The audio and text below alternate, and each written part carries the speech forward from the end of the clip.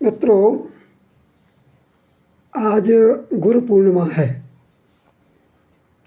गुरु पूर्णिमा का अभिप्राय अपने आप के चिंतन का दिन, अपने आप की पहचान के स्मरण का दिन। तो मैं आज गुरु पूर्णिमा के अवसर पर हमारी संस्कृति में गुरुत्व की एक अंतर यात्रा अतीत से आज तक पर अपने कुछ विचार रख रहा हूँ। देखिए, भारतीय चिंतन में एक बात, एक सिद्धांत विश्व भर में फैला, विश्व भर में प्रसारित हुआ। और ये सिद्धांत ये था कि एक ही आत्मा जो विराट ब्रह्मांड का संचालन करती है या ब्रह्मांड में व्याप्त है समष्टि के स्तर पर, वही आत्मा व्यष्टि के स्तर पर, व्यक्ति के स्तर पर, व्यक्ति में भी अवस्थित है। और वस्तुतः वो जो सार्वकालिक और सार्वभौमिक विराट आत्मा है, व्यापक स्तर पर ब्रह्मांड में फैली हुई इस आत्मा को ब्रह्म कहा जाता है। उसी ब्रह्म का प्रतिनिधित्व गुरु करता है। गुरु कोई सामान्य तत्व नहीं है, गुरुता कोई सामान्य तत्व नहीं है। हम केवल एक शिक्षक मात्र को गुरु नहीं कहते। शिक्षक का काम केवल बाह्य व्यक्तित्व का प्रकाशन करना होता है, जबकि गुरु का काम आत्मपरिचय, अपने आप का अपने आप से परिचय। मतलब शिक्षक जहाँ अंदर से बाहर की समाज की ओर ले जाता है, गुरु बाहर से अंदर की ओर ले जाता है। तो मैं कह रहा था कि जो चेतना ब्रह्म के स्तर पर अखिल ब्रह्मांड में व्याप्त है, उसी चेतना को गुरु कहा जाता है। इसलिए एक मंत्र आता, एक श्लोक आता है, कृष्णं वंदे जगद्गुरुं वसुदेव सुतं देवं कंस चाणूरमर्दनं देवकी परमानंदम कृष्णं वंदे जगद्गुरुं। कृष्ण को जगद्गुरु इसलिए कहा गया क्योंकि पुराणों में कृष्ण साक्षात ब्रह्म है। श्रीमद् भागवत में आया है, कृष्णस्तो भगवान स्वयं। तो कुल मिलाकर जो चेतना आध्यात्मिक रूप से या आधिदैविक रूप से या आदि भौतिक रूप से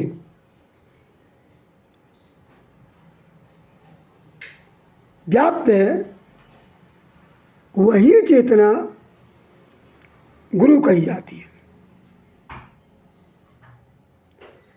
इसलिए गुरु को, वो प्रसिद्ध मंत्र है ना, गुरु ब्रह्मा गुरु विष्णु गुरुदेवो महेश्वर गुरु साक्षात परम ब्रह्म तस्मै श्री गुरुवे नमः। अब ये जो मंत्र है ना, ब्रह्मा गुरु है, विष्णु गुरु है, महेश भी गुरु है, फिर वो साक्षात परम ब्रह्म गुरु है, ये कोरी प्रशंसा नहीं है गुरु की। गुरु तत्व की ये खाली अर्थवाद नहीं है, अर्थवाद में कोरी प्रशंसा नहीं है। वस्तुतः इसमें गुरु के प्रमुख दायित्वों का इस श्लोक में वर्णन है। वो ब्रह्मा के रूप में रचना का काम करता है। जो कुछ रचनात्मकता है, ब्रह्म के रूप में वह अखिल ब्रह्मांड की रचना करता है, और व्यक्ति के रूप में वह व्यक्ति को अपना आधार बना करके गुरु चेतना को वहन करने वाला जो व्यक्ति है, जिसको भी गुरु ही कहते हैं, वह गुरु व्यक्तित्व में की रचना करता है। फिर विष्णु का काम क्या है? जो रच दिया गया है उस रचे गए को लोकहित में, विश्वहित में संरक्षित करना, कल्याण भाव से उसकी सुरक्षा करना। तो गुरु केवल अपने शिष्य में गुणों का आधान मात्र नहीं करता, गुणों को धारण नहीं कराता है। ये गुण कभी अवगुण में नहीं बदले, ये गुण कभी निरर्थक नहीं हो जाए। यह काम भी गुरु का ही है। और तीसरा काम महेश का है। महेश क्या करते हैं? उनका काम है संहार करना। तो व्यक्तित्व के विरोधी जितने भी दुर्गुण हैं,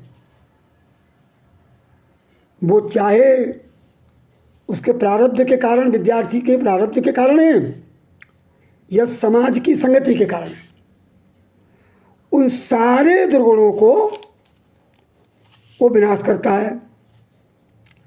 तो वस्तुतः इस प्रकार रचनात्मकता, संरक्षण और विनाश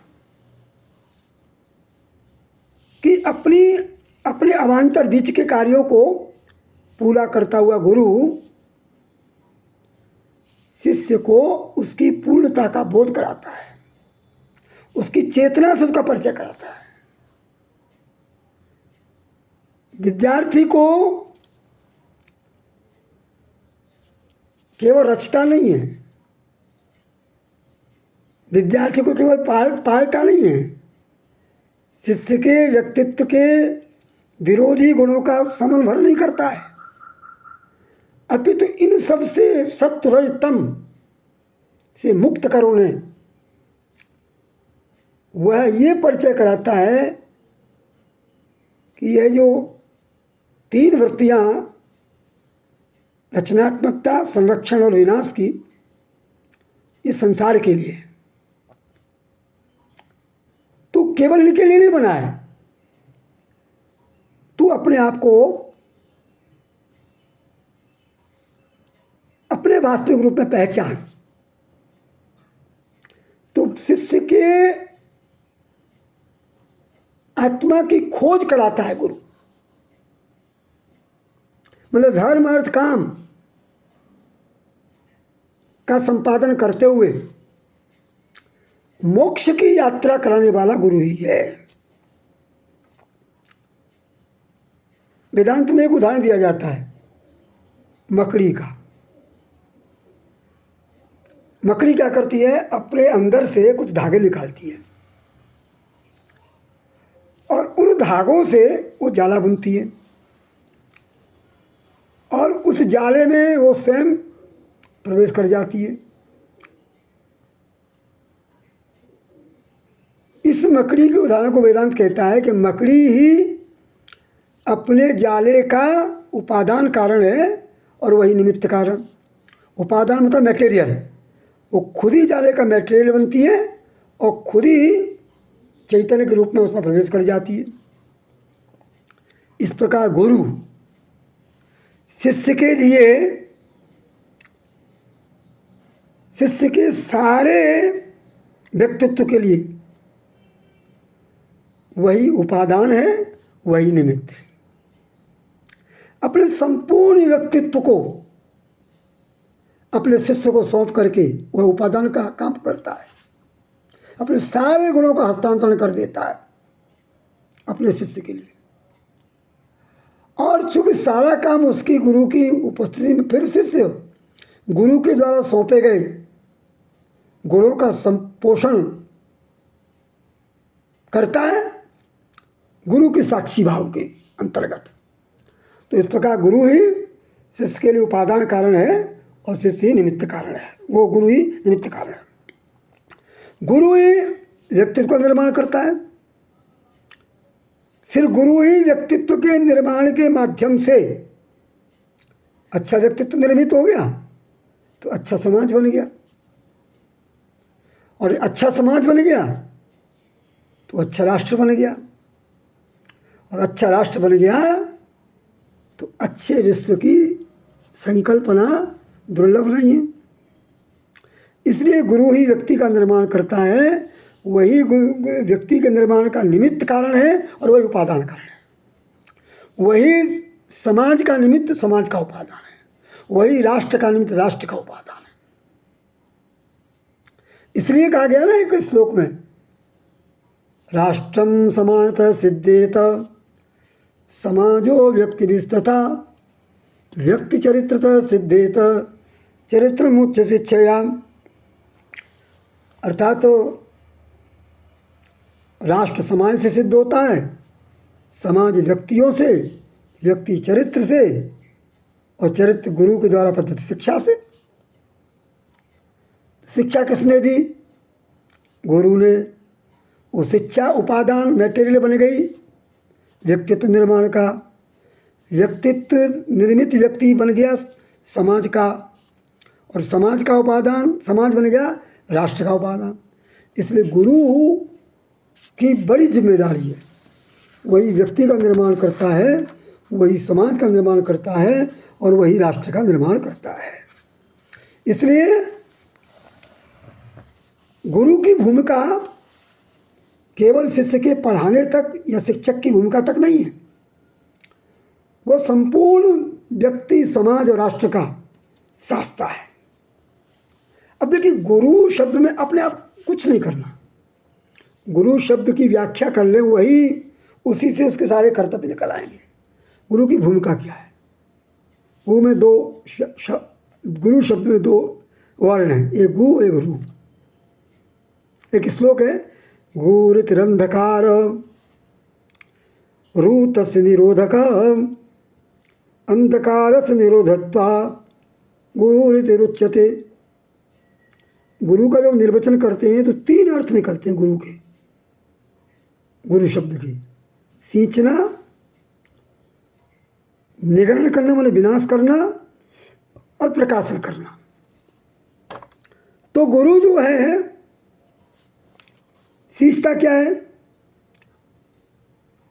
गुरु अपनी द्वारा दी गई विद्या के द्वारा, अपने द्वारा प्रदत्त ज्ञान के द्वारा, या कहिए अपने ज्ञानामृत से शिष्य के हृदय को, शिष्य की बुद्धि को, शिष्य के मन को, माने शिष्य के समग्र व्यक्तित्व को सींचता है। अब देखिए, मैं वही बात कह रहा हूँ, शिष्य को सींचता का मतलब शिष्य केवल नहीं सींचा जाता। जब शिष्य सींचा जाता है तो शिष्य से निर्मित समाज भी सींचा जाता है, और समाज से निर्मित राष्ट्र भी सींचा जाता है।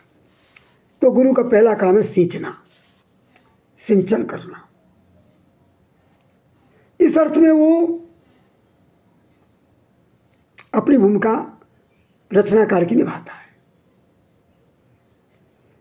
फिर उसके सींचने के बाद उसकी सींची हुई जो गुणों की फसल है वो कोई अनुपयोगी नहीं हो जाए, इसके लिए वो क्या करता है? व्यक्ति के, समाज के और राष्ट्र के निर्माण में जितनी भी बाधककारी नकारात्मक शक्तियां हैं, अंधकार है, उस अंधकार को मिटाता है। गु जो अंधकार है उसको मिटाता है। कौन सा अंधकार? जो व्यक्ति में दुर्गुणों के कारण है, समाज में व्यक्तियों के कारण पनप गया, और राष्ट्र में समाजों के द्वारा पनप गया। फिर दूसरा काम उसका होता है विनाश करना, अर्थात मिटाना, अंधकार मिटाना।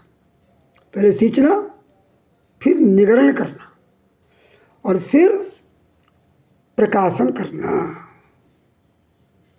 फिर वो बाधककारी जो तत्व हैं व्यक्तित्व के निर्माण में, जिनसे बाधा हो सकती है, ऐसे चारित्रिक दुर्बलताओं को विनाश कर एक ऐसे व्यक्तित्व का निर्माण करता है विद्यार्थी के माध्यम से जो सर्वोदयी, सर्वश्रेयसकामी समाज का निर्माता बन सके। और इस प्रकार वो अपनी शिक्षा की वृत्ति के द्वारा एक सक्षम व्यक्तित्व के सिंचन की, उसके दुर्गुणों के विनाश की और उसके व्यक्तित्व के प्रकाशन की अपनी जिम्मेदारी का वहन करता है। इसलिए उसको सूर्य कहा जाता है। तुलसीदास ने कहा है ना, बंदो गुरुपद कंज कृपा सिंधु नर रूप हरि, महामोहतम पुंज जासु बचन रवि कर निकर। सूर्य पहले अपने अरुण को सारथी बनाता है और उसके अपूर्ण, असमर्थ और अंधकार निमग्न व्यक्तित्व को गुरु भी जैसे सूर्य अरुण को सारथी बना करके और सारे अंधकार को नाश करता है, वैसे ही वह गुरु शिष्य के व्यक्तित्व को ही, व्यक्तित्व में जो अपूर्णता है, जो असामर्थ्य हैं, जो अंधकार हैं, उनको ही मैटेरियल बना करके उनको ही प्रकाश के रूप में रूपांतरित कर देता है। अंधकार को प्रकाश में बदलने की कला ये गुरु को आती है।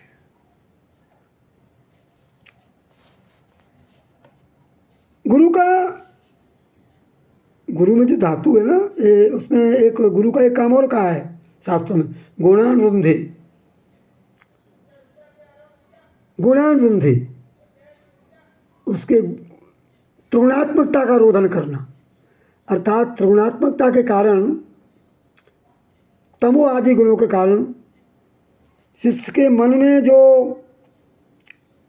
हीनता है, दीनता है, मोह है, ममता है, उसके दुख है, आलस्य है, कुंठा है, अवसाद है, मोह है, मत्सर है, द्वेष है, पाखंड है, ईर्ष्या है, घृणा है, मैंने ये कहिए कि जितने भी मनुष्यता के विरोधी दुर्गुण हैं, जितने व्यक्तित्व के दुर्गुण हैं, उन सब त्रिगुणात्मक गुणों का रोधन कर देता है वो। इस प्रकार गुरु की भूमिका मनुष्य के निर्माण की भूमिका है, असली भूमिका उसकी यही है। अब व्यावसायिकता, उसको कमाने खाने की योग्यता पैदा करना, ये तो कोई बहुत बड़ा काम नहीं है। गुरु का असली काम ये नहीं है। ये काम शिक्षक का हो सकता है। मैंने शुरू में कहा था कि शिक्षक उसको इस संसार में रहने की दक्षता पैदा करने का काम जब वो करता है तो वो शिक्षक होता है। लेकिन आत्म परिचय जब और आत्मा की खोज कराता है तब वो गुरु होता है। एक किस्सा याद आ गया। आचार्य हजारी प्रसाद द्विवेदी जी शांति निकेतन में पढ़ाते थे। तो एक दिन क्या हुआ कि एक सेठ ने उनको आमंत्रित किया, कोई प्रसिद्ध सेठ था, उसने आमंत्रित किया। आचार्य जी सेठ के साथ साथ चलने लगे। तो सेठ ने कहा कि आचार्य बस में चढ़िए, बस में चलना है। तो आचार्य जी बोले कि मुझे बस में नहीं चढ़ा जाता, परेशानी होती है। चलिए बस में चढ़ा दिया। फिर घर पहुँचे। सेठ का तो सब वैभव था, उन्होंने कहा आप, मैं इस अपार्टमेंट में रहता हूँ, बॉम्बे की घटना है, आपको लिफ्ट में चलना पड़ेगा। तो हरे प्रसाद जी बोले कि मुझे तो लिफ्ट चलाना ही नहीं आता। लिफ्ट भी चला दी, फिर अंदर ड्राइंग रूम में बिठा दिया, कहा कि मैं आता हूँ, जल इत्यादि लेने चला गया, आप एसी चला करके एसी चला लेना। आचार्य बोले मुझे एसी चलाना नहीं आता। सेठ को बड़ी बड़ी गुस्सा सी हुई और बड़ा आश्चर्य भी हुआ। शांति निकेतन का इतना बड़ा आचार्य छोटे छोटे काम भी नहीं जानता। तो उन्होंने रविन्द्रनाथ टैगोर जी को पत्र लिखा सेठ ने कि आपके इस इतने बड़े संस्थान के आचार्य को बस में चलना तक नहीं आता, लिफ्ट चलाना तक नहीं आता, एसी चलाना तक नहीं आता, तो बताइए ये क्या न्याय करते होंगे वहाँ पर। तो मालूम है ठाकुर रविन्द्रनाथ टैगोर ने क्या जवाब लिखा पत्र का? बोलेगा सेठ, शांति निकेतन के आचार्यों का काम बस में चढ़ाना, लिफ्ट चलाना और एसी चलाने की योग्यता पैदा करना नहीं है। यह वो संस्थान है जहाँ मनुष्य बनने की शिक्षा दी जाती है। अगर कोई विद्यार्थी इन आचार्यों के द्वारा मनुष्य बन गया तो ये काम तो वो चुटकी में कर लेगा या सीख जाएगा। इनके लिए शांति निकेतन की जरूरत नहीं है।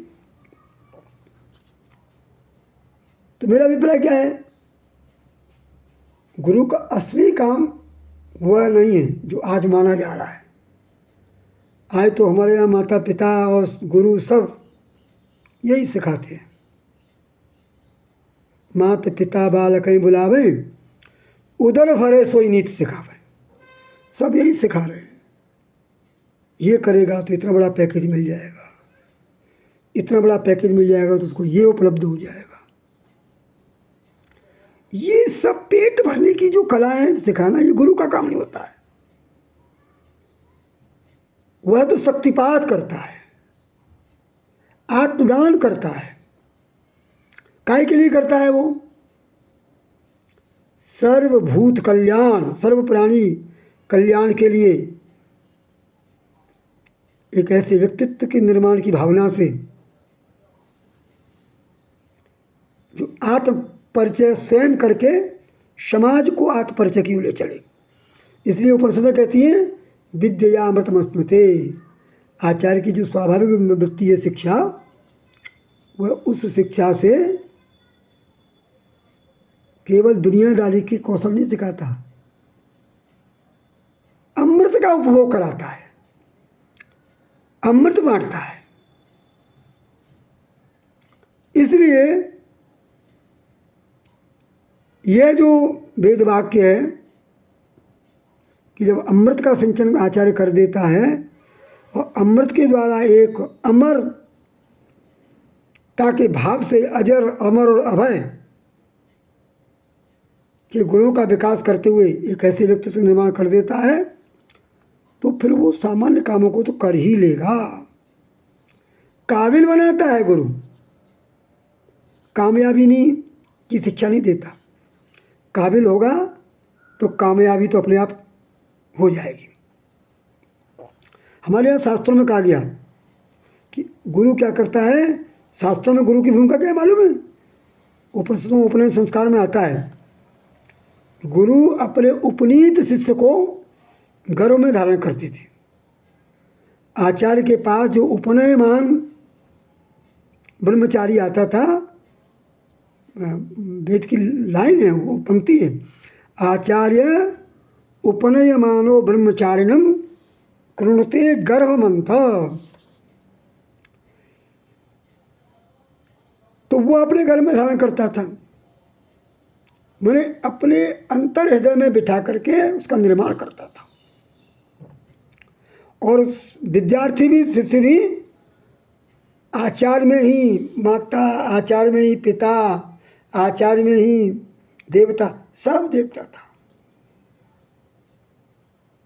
सब कुछ, मतलब विद्यार्थी के लिए आचार्य सब कुछ था, सर्वस्व था, और आचार्य के लिए उसका विद्यार्थी ही सब कुछ था।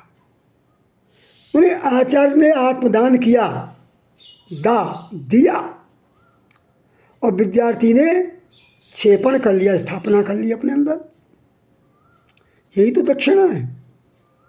एक ने दान दिया आचार्य ने, और दूसरे ने, विद्यार्थी ने दान लिए हुए सारे गुण राशि का स्थापन कर लिया, क्षेप कर लिया, तो दीक्षा हो गई। सदियों से ये यात्रा चलती रही है। यूँ ही ये गुरुत्व, गुरुता की जो यात्रा है, वो कोई भारत में कोई साल, 2 साल, 10 साल, 1000 साल की नहीं है, अनवरत चल रही थी। एक ऐसा अनुसंधान है ये विश्व के लिए, यहाँ की गुरु शिष्य परंपरा, जो विश्व में कहीं भी दुर्लभ है। अरण्य में जो गुरुकुल थे ना, केवल पढ़ाई के केंद्र नहीं थे, वो रचना की सृजनशालाएँ थी, व्यक्तित्व निर्माण की लेबोरेटरी थी। लेकिन समय बदला, युग बदला, युग ने करवट बदली, 21वीं सदी आई, और जो गुरुकुल सामगान से गूंजते थे वो शोरगुल से गूंजने लगे। तमाम तरह की जो विषमताएं और व्याकुलताएं पैदा हो गई। जो विद्या विमुक्ति के लिए हुआ करती थी वो नियुक्ति प्रधान बन गई। सब कुछ बदल गया। भूमंडलीकरण और बाजारीकरण की चकाचौंध ऐसी फैली कि वो विद्या मंदिरों भी उससे अछूते नहीं रहे। अब हम देखते हैं ना, अब वो सब कुछ है, हाईटेक अच्छा कच्छ हैं, कंप्यूटरीकृत लाइब्रेरी है, मशीन जैसे शिक्षक हैं जो रटाने में लगे हुए हैं, और झोली में वेतन है, जेब में ज्ञान है। वेतन बढ़ते गए, अग्नि में हविष डालने के समान आचार्य की, शिक्षक की आकांक्षा भी बढ़ती गई। जब वेतन नहीं मिलता था, जो कुछ राज्य से प्राप्त होता था, उस समय वो ज़्यादा खुश था। लेकिन जैसे जैसे वेतन बढ़ते गए, आकांक्षाएं, इच्छाएं बढ़ती गई। ठीक वैसे ही जैसे अग्नि में घी डालो, उसका भोजन कराओ, तो अग्नि शांत थोड़ी होती है, और ज़्यादा उग्र हो जाती है। भूख भी बढ़ती गई, और सारा जो वातावरण शिक्षा का, वो हम देख ही रहे हैं किस दुर्दशा में पहुंच गया। आज ये गुरु पूर्णिमा का दिन हमारे लिए उस प्रतिविज्ञान का दिन है, उन हमारे पूर्वजों के स्मरण का दिन है कि हम सामान्य नहीं हैं। हम तपोनिष्ठ गौतम, कश्यप, कण्व, वशिष्ठ, विश्वामित्र, वर्तन्तु, परशुराम, द्रोण, सांदीपनि, गोविंदपाद, शंकराचार्य, निवृत्तिनाथ, पूर्णानंद, बिरजानंद, रामकृष्ण परमहंस, रामानंद, रामदास, चाणक्य जैसे सदगुरुओं के वंशज हैं। हम कोई सामान्य लोग नहीं हैं। ये याद करने का दिन है। आज ये चिंतन करने का दिन है कि जिन गुरुओं ने संस्कृति के सर्वे भवन सुखिनः इस ध्येय वाक्य को लेकर के पूरे विश्व में भारत का जयगान कराया या किया, विश्व बंधुत्व की स्थापना की। आज हम उनके वंशज निरुपाय जैसे कैसे दिखाई देते हैं? आज हमारे अंदर कुंठा जैसी क्यों दिखाई देती है? आज हम शिष्य की समस्याओं का तो क्या समाधान करेंगे, खुद की ही समस्याओं का समाधान नहीं कर पा रहे। थोड़ा सा भी क्रेज, थोड़ा सा भी कष्ट, थोड़ी सी भी एक छोटा सा ट्रांसफ़र क्या हुआ, जैसे आपत्तियों का पहाड़ टूट गया। आखिर क्यों हम इतने कमज़ोर हो गए? क्यों हमारी शक्ति में कुछ नहीं गई? कहाँ गए वो शक्ति के कण जो विद्युत कण के समान व्यक्ति, समाज और राष्ट्र में उजाला करने में सक्षम थे? वे हमारे खुद के चित्त का उजाला भी नहीं कर पा रहे। आज का गुरु और आज का विद्यार्थी दोनों किंकर्तव्य विमूढ़ खड़े हुए हैं। क्या करना चाहिए? हमको याद करना है भगवद गीता का वो श्लोक कि जब अर्जुन पूछता है कृष्ण से कि मैं तो अपना सब कुछ भूला हुआ हूँ, कार्पण्य दोषोपहत स्वभाव प्रक्षामि त्वाम धर्म समूढ़ चेता, मैं धर्म समूढ़ चेत होकर के, कर्तव्य विमूढ़ होकर के अपने आप को भूल चुका हूँ। आप मुझे सिखाइए, मैं आपका शिष्य हूँ। साधय माम शिष्यहम प्रपन्नम, मैं आपकी शरणागत हुआ हूँ, आपका शिष्य हूँ। वो क्षण हमको याद करना चाहिए। आज कार्पण्य दोष, अपर्थ स्वभाव, भय और विषाद से किंकर्तव्य विमूढ़ शिष्य को जगाने की जरूरत है। और वह जागरण तब तक नहीं होगा जब तक गुरु अपने को कृष्ण की भूमिका में नहीं देखेंगे। हमको कृष्ण की भूमिका में देखना है। हमको अगर सचमुच अपने गुरु होने को इस मानव देह में अपनी उस महान चेतना का साक्षात्कार समाज को कराना है, तो उस तेवर को याद करना होगा जो जामवंत के थे। सागर की पार पर बैठे हुए हनुमान को रास्ता दिखाने का काम अगर हनुमान नहीं, जामवंत नहीं करते तो महान सागर को पार करना हनुमान के बस का नहीं था। जब उन्होंने ये कहा पवन तनय बल पवन समाना, बल बुद्धि विवेक विज्ञान निधाना, कवन सुकाज कठिन जगमाई, जो नहीं होए तात तुम पाई। आज इस आह्वान की आवश्यकता है। शिष्य की आंखें धूमाकुलित हैं, धुएं भरी आंखों को प्रकाश भरने का काम गुरु का है। हमको कामायनी कुशलायन को फिर अपने शिष्यों को पढ़ाना नहीं है, उन पंक्तियों को वहाँ से जगाना है। क्या है, क्या कहती है कामायनी कुशलायन? डरो मत हरे मृत संतान, अग्रसर है मंगलमय बुद्धि, पूर्ण आकर्षण जीवन केंद्र, खिंची आएगी सकल समृद्ध। तो ये गुरु पूर्णिमा अंधेरों को मिटाने की पूर्णिमा है। पूर्ण कहते हैं पूर्णता, माँ माने अनुभूति, अपनी पूर्णता को महसूस करने की का दिन है। आइए अपनी पूर्णता को महसूस करें और उस पूर्णता के माध्यम से एक श्रेष्ठ विद्यार्थियों का निर्माण करें। एक भी विद्यार्थी यदि हमने खड़ा कर दिया सक्षम, तो समझिए कि गुरु होना सार्थक हो गया। अन्यथा हमारे लिए गुरु शब्द का प्रयोग केवल लोकाचार भर रह जाएगा। सभी को आइए अपने सत्कर्मों से अपने त्याग से, समर्पण से, सेवा भाव से व्यक्तित्व को सींचें, समाज को पोषित करें, राष्ट्र को विकसित करें और इस भाव से करें कि विश्व भर सौरभ से भर जाए। गुरु पूर्णिमा की सभी को सादर शुभकामनाएं और बहुत बहुत बधाई। नमस्कार।